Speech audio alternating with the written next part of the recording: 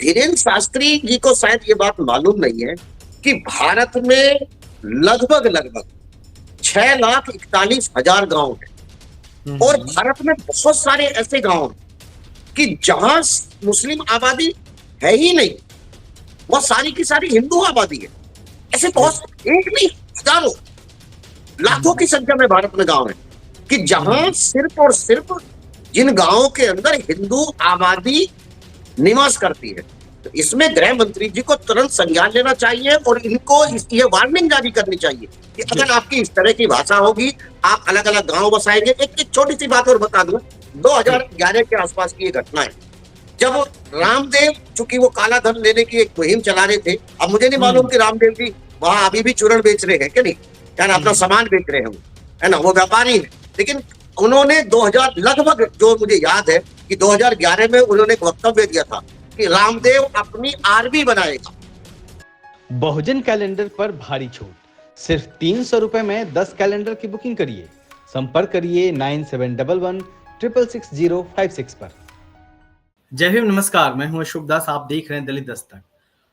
जब भारत में तमाम तरफ से हिंदू राष्ट्र भारत को बनाए जाने की बात हो रही है और सत्ता पक्ष के तमाम लोग हिंदू राष्ट्र के पक्षधर बताए जा रहे हैं, आरएसएस जिसकी एक बड़ी छाप है कहीं ना कहीं वर्तमान सरकार पे, और उसी संघ से निकल के भारतीय जनता पार्टी बनी है, उसी का संगठन है, वो लगातार हिंदू राष्ट्र का पक्षधर रही है। ऐसे में बागेश्वर धाम के धीरेन्द्र शास्त्री ने देश के पहले हिंदू गांव की स्थापना की बात कही है। वह धीरेन्द्र शास्त्री जिनके यहाँ हाल ही में प्रधानमंत्री नरेंद्र मोदी गए थे और वहां उनके साथ काफी वक्त बिताया था और तमाम परियोजनाओं पर चर्चा की गई थी। इस जिस हिंदू गांव की परिकल्पना की बात हो रही है, इसमें कहा जा रहा है कि 1000 परिवारों को बसाया जाएगा।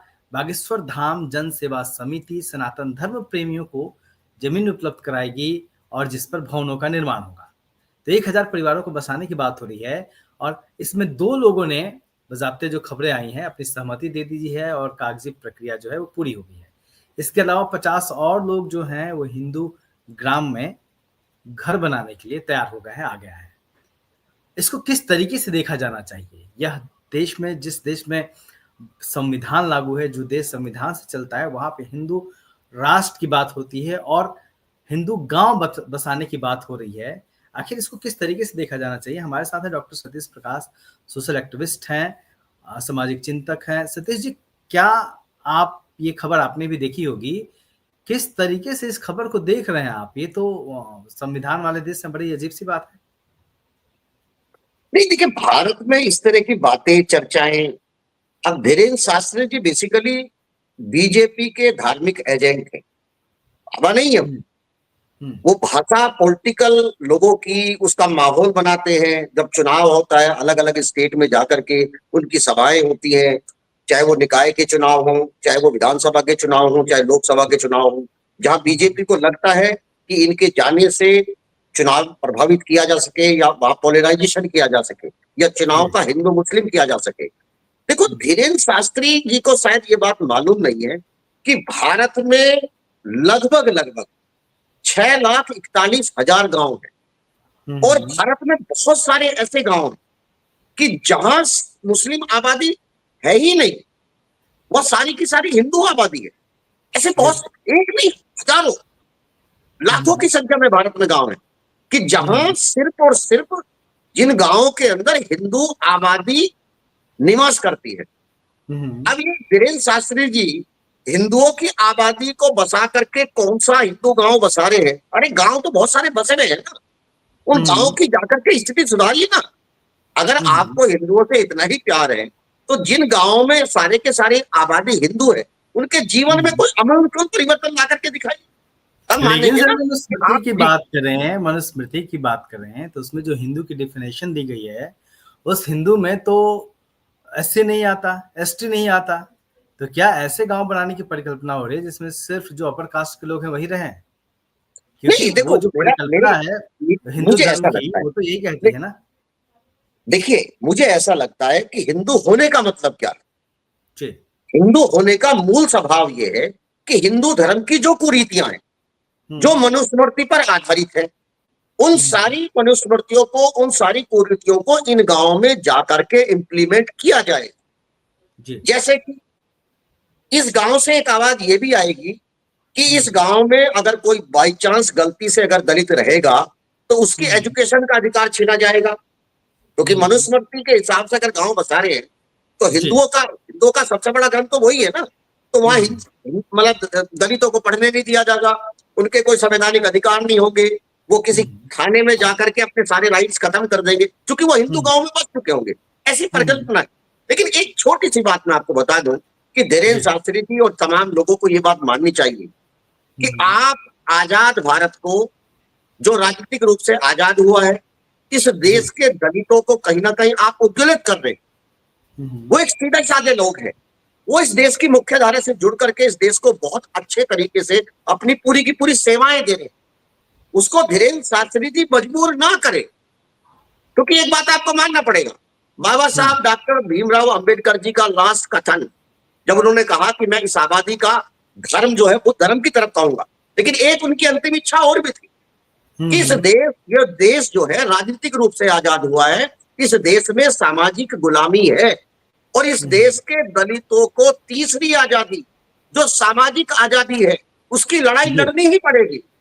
अब धीरेन्द्र शास्त्री जी इस बात को मान लीजिए कि अगर आप हिंदू गांव बसाएंगे तो इस देश के दलित आपके उसी गांव के बाहर तीसरी आजादी, सामाजिक आजादी घोषित गांव का बोर्ड भी लगाएंगे।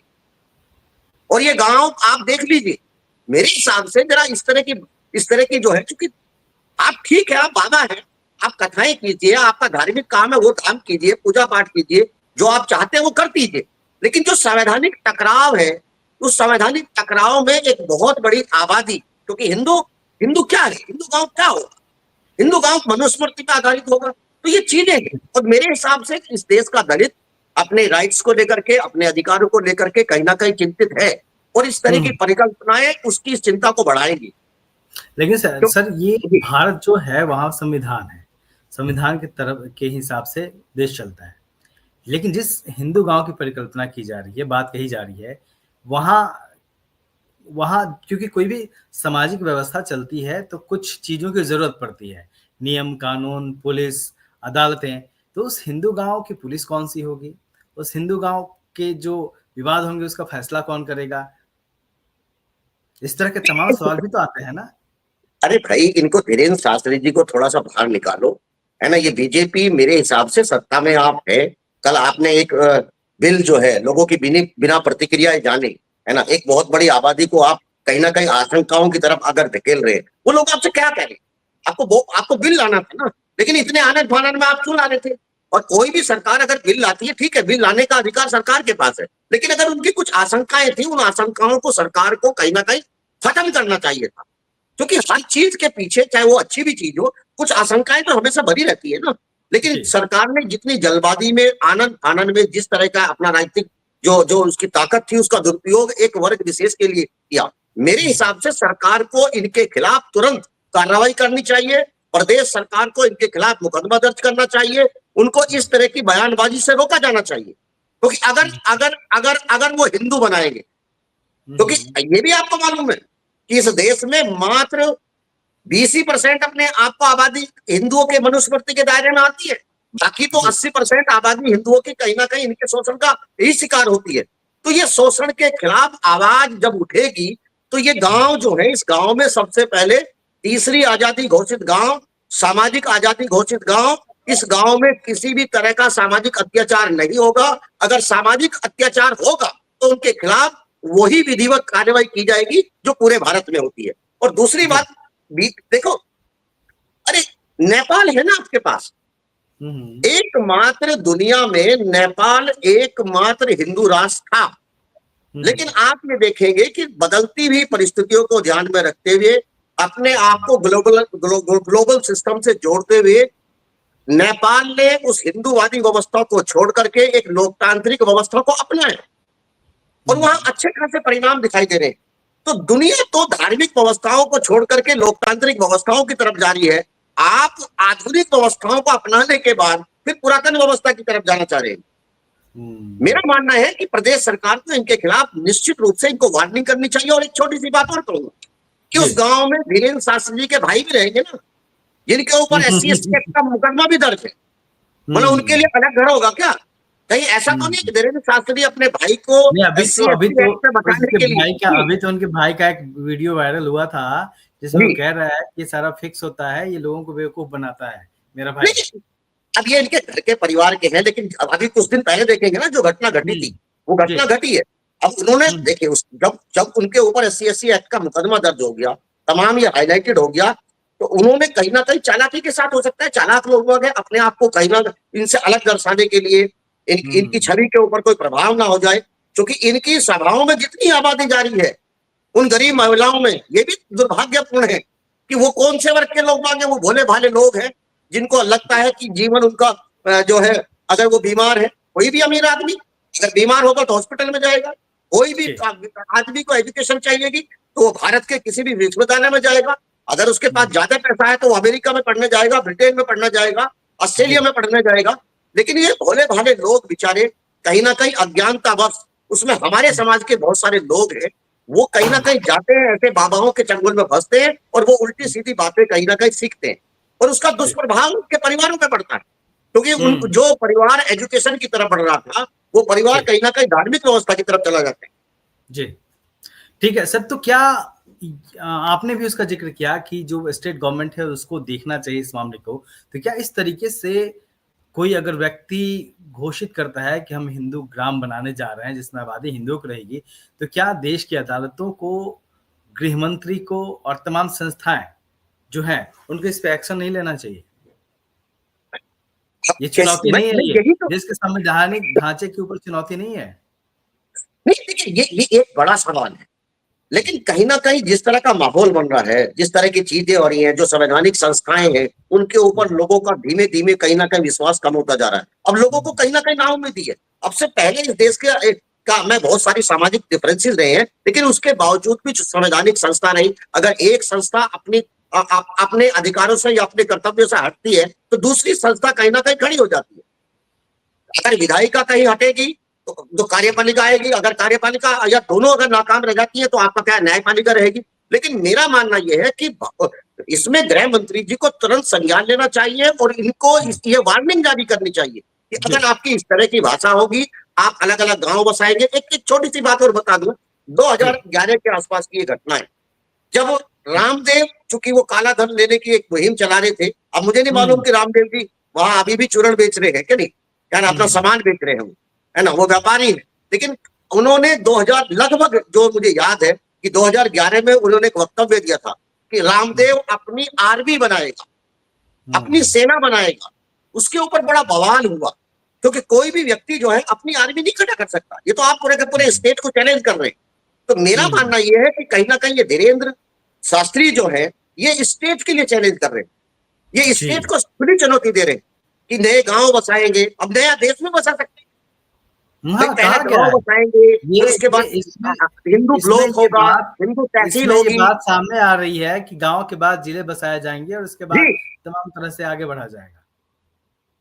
नहीं, जिन जिलों के अंदर जो और गैर धर्म के लोग बाग हैं, है ना, जो अल्पसंख्यक, धार्मिक रूप से अल्पसंख्यक तो एक बड़ी आबादी है ना भारत में, उसमें जैन भी है, उसमें सिख भी है, उसमें ईसाई भी है, उसमें मुस्लिम भी है।